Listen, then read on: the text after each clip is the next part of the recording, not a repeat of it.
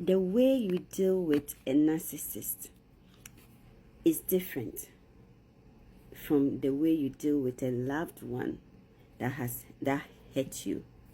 The way you deal with an ex or an intimate partner who hurt you, that you are trying to maintain a healthy detachment from, is different. So what I'm focusing on in this, videos I've done recently are not for narcissistic associations or intimate partners that have hurt you in the past, that are your exes and stuff. No, those are not the people I'm focusing on. So every situation is different. That is why if anybody want to go to therapy, you go to the therapy, the therapist or the mental health professional evaluates you. You disclose things based on comprehensive psychiatric assessment. When you hear comprehensive psychiatric assessment, don't be alarmed. It is just standard. They will ask anybody, oh, do you drink? Do you smoke? Do you this? What's your social history? Are you married? What's your highest level of education? Those are the things, okay? In addition to, of course, your depression, anxiety, maybe bipolar, schizophrenia, psychosis evaluations. Have you heard I've been hearing voices in the last 2 weeks? How was your sleep? Did you feel like having yourself? Those kind of things. That is normal, okay? That's the comprehensive psychiatric evaluation. Some of the things they ask in that. But when you are dealing with a family member like your mother, that you would love her to love you, you will want her to relate with you, it is phases. Healing, recovery, it's in phases. So I'm just trying to tell you that when you finally get to the acceptance level, like this is what it is, this person don't like me no matter what I do, then it's your choice to want to have a relationship with them or you want to detach, right? If you want to have a relationship with them, there is a way you would do it whereby you don't wait on their validation, you don't wait on their acceptance, you don't wait on their love, you don't wait for anything in return.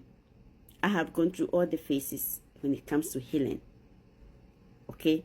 And I will tell you, being a psychiatric nurse practitioner or having a career in mental health has helped me, because most of the things I learned in school, I'll be learning them for examination, but I'm also learning them and applying them, and they do work.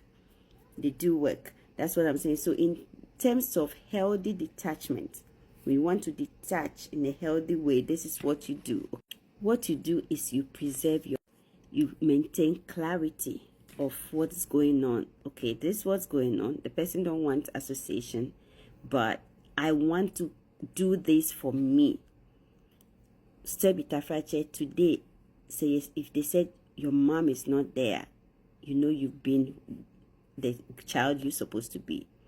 If they say that your child is not there, you know that even though this child think you probably have hurt her in the past or whatever, this child has now gotten married, have kids.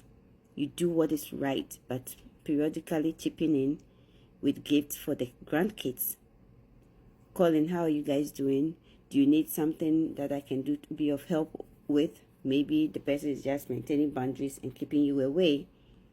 Maybe so I'm available, I'm off from work this day, that day.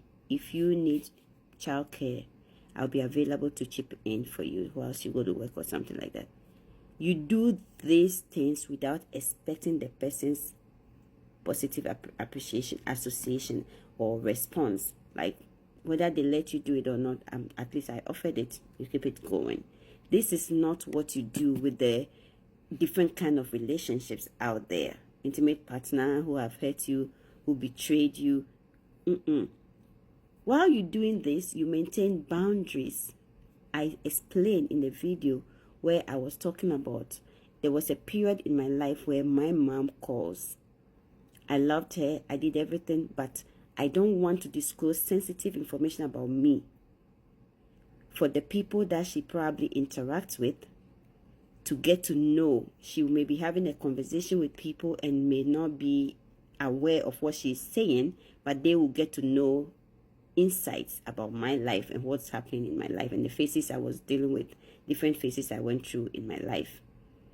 You see my point? So when she called, one of the boundaries I had in place was, don't call me, I will call you. Why? Because when I'm calling on my off day, when I know that I am attentive, I'm aware of what I'm going to say, I plan to call.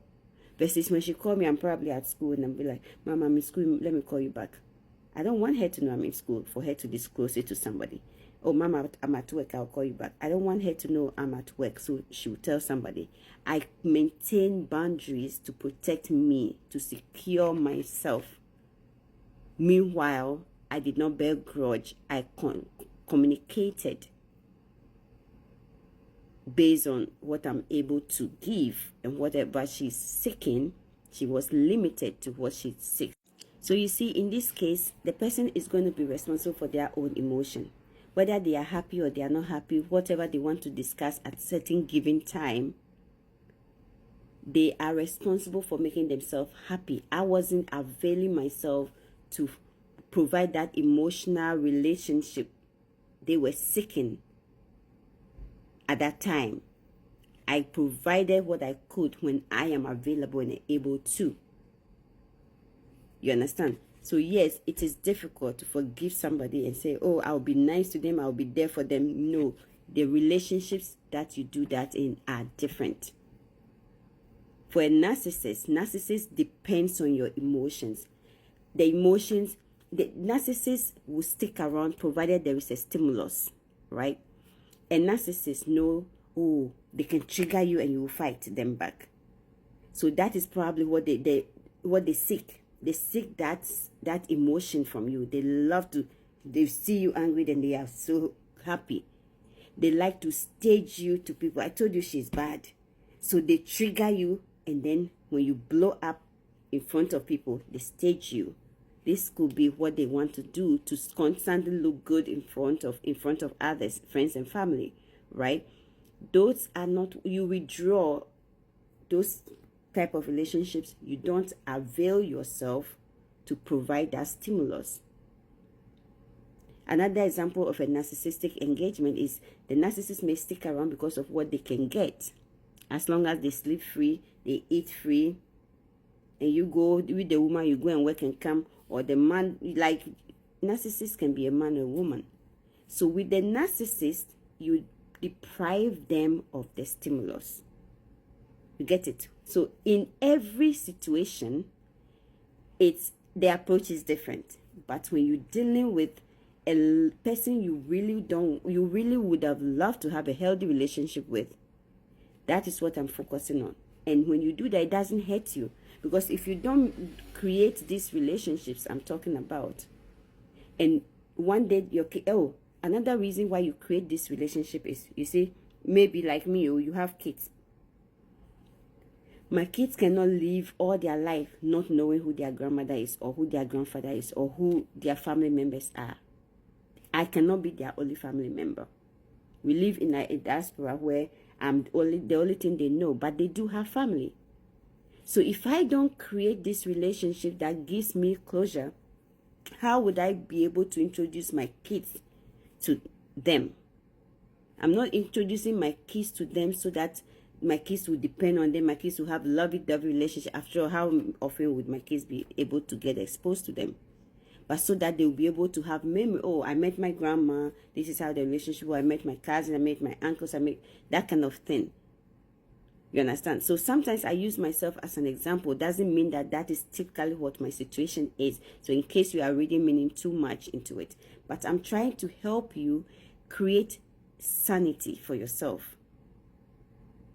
You understand? So you don't ignore people who have hurt you. The people you ignore, the people that have hurt you, that you ignore, are narcissists. They have no sense of remorse. They can't come and tell you they are sorry. You don't need them. You cut them off. But with people like parents, certain family members, certain associations, you have to find ways and means to create. So So if you have any other question, we can have a whole conversation about it. I still have